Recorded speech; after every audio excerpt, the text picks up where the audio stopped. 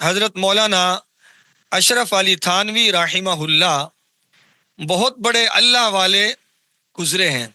ان کی یہ کتاب ہے اسلامی شادی. ان کے زمانے میں اولیاء اللہ کثرت کے ساتھ تھے اور لوگ نمازی تھے اور ذکر اذکار کرنے والے. اس زمانے میں کثرت کے ساتھ گناہوں کے انبار بھی نہیں تھے. ہر بستی میں آپ کو اللہ والے ملتے تھے. لیکن حضرت اپنے زمانے کے متعلق لکھتے ہیں جہیز کی اس وقت کی صورتحال کو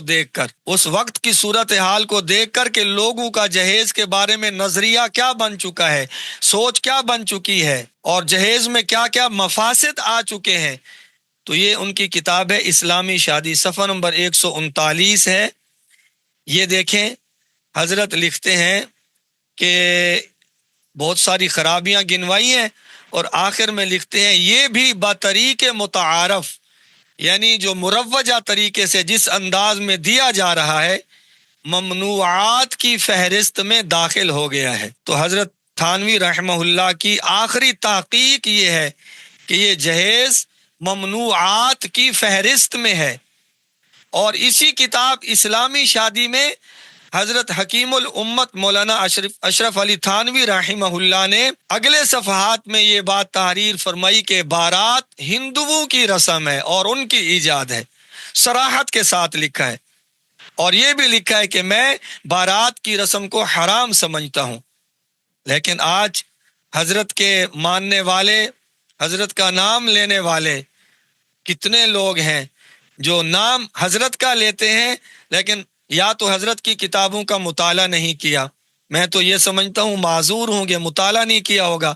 تو ایسے احباب کے لیے ہم نے حوالہ پیش کر دیا ہے کہ حضرت نے جہیز کو ممنوعات کی فہرست میں شامل فرمایا ہے، یعنی یہ منع ہے، اس کے اندر مفاسد داخل ہو گئے ہیں. تو اب آپ خود فیصلہ کر لیں. جب اس زمانے میں جبکہ حالات بھی اچھے تھے، اللہ والے کثرت کے ساتھ تھے، اس زمانے میں لوگوں کی نیت کیسی تھی. اب تو حالات پلٹ گئے، اللہ والے بہت کم ہو گئے اور دین کے ساتھ تعلق بھی بہت کم ہو گیا. یہ دوسری کتاب ذکر و فکر ہے، یہ شیخ الاسلام مفتی محمد تقی عثمانی صاحب کی ہے. لوگوں سے جب ہم کہتے ہیں نا، لوگ کہتے ہیں جی ہدیہ دے رہے ہیں نا جہیز، تو حضرت شیخ الاسلام صاحب کی رائے کتاب ذکر و فکر صفحہ نمبر 284 حضرت فرماتے ہیں کہ اب جہیز محض ایک بیٹی کے لیے باپ کا تحفہ نہیں ہے جو وہ اپنی خوش دلی سے اپنی استطاعت کی حد میں رہ کر دے، بلکہ معاشرے کا ایک جبر ہے.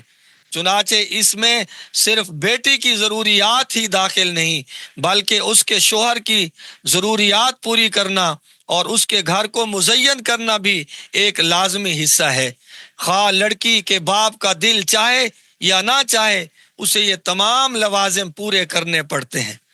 اب دیکھیے حضرت شیخ الاسلام جیسی عظیم شخصیت نے فیصلہ فرمایا ہے کہ اب ہوتا ہوگا کبھی تحفہ، لیکن حضرت یہ صاف صاف لکھ رہے ہیں اب جہیز محض ایک بیٹی کے لیے باپ کا تحفہ نہیں ہے. بھائی یہ جبر ہے، جبر معاشرے کا. اللہ تعالی ہمیں ان رسومات سے نکلنے کی توفیق عطا فرمائے اور اپنی شادیوں سے جہیز، بارات، نیوتا، مخلوط تقریبات کو ختم کرنے کی اللہ تعالی جرأت عطا